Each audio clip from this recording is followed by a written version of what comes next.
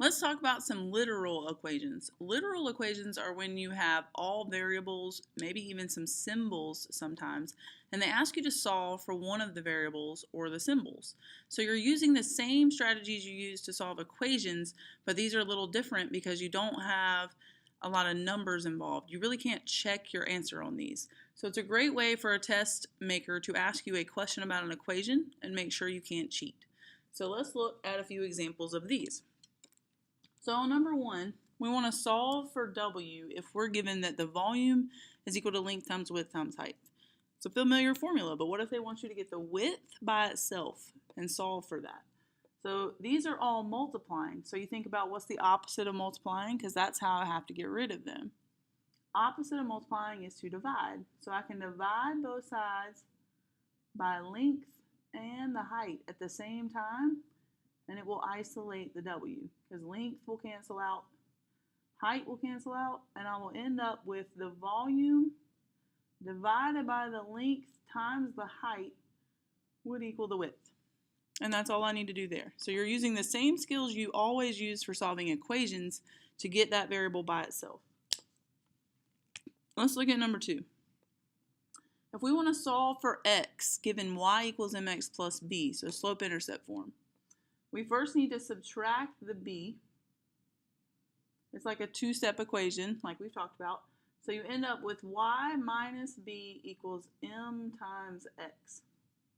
So you still want to get x by itself, so let's move the m. So m is right beside the x. That means they're multiplying, so do the opposite of multiplying and divide both sides by m. So you end up with y minus b divided by m is equal to x. And then we're finished. So you notice sometimes you might have a little pile of variables over there. Don't be so worried about that as long as you're doing the proper steps to move them to the other side. But there's no way to actually make that any smaller. Let's look at number three. Solve for y given m equals 1/3 of x times y times z. So y is right over there in the middle of all that. We got to get rid of 1/3 first. So to get rid of 1/3, let's multiply by 3.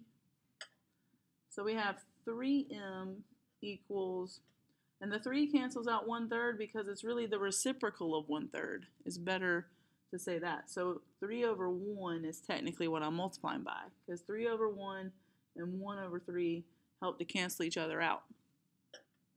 Let's bring down x, y, and z. Solving for y. Sometimes it's good to check back in these problems and make sure you're still solving for the right variable.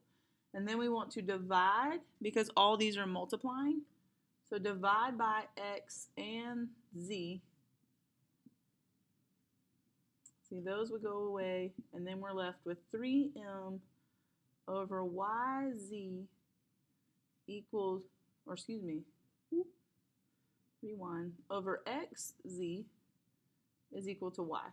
And again, you kind of have a little pile of variables over there on the other side, but that's okay, because you've gotten y by itself using all the proper steps. So let's look at two more. Number 4 is t divided by r plus 3 equals p, and we want to get t by itself. So we need to first get rid of this 3, and then get rid of the r. So 3 is adding, so let's subtract.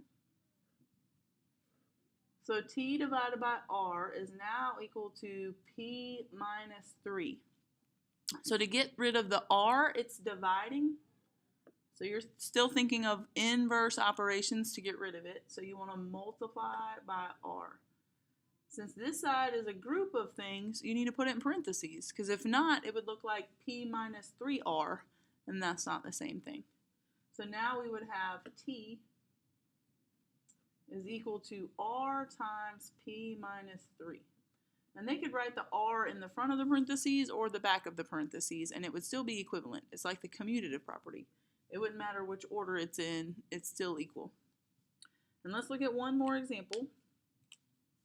Here we have am plus bm minus 15 equals 0. In this case, and this happens sometimes, you're solving, I forgot to put, let's solve for m. If you're solving for m in this case, and it's in more than one term, you can use your factoring skills to make it into a GCF right here. So what I would do first is get those two terms on that side by themselves. So let's move 15 to the other side. Just add it. So we got AM plus BM equals 15. And then again, M is in both terms. So pull it out of like a GCF, which that's what it is. So you got M times A plus B now equals 15.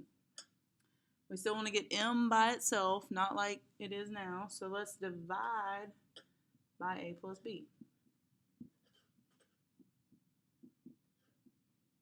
And then we can write it a little better because A plus B would cancel out. So we have 15 over A plus B, with or without parentheses.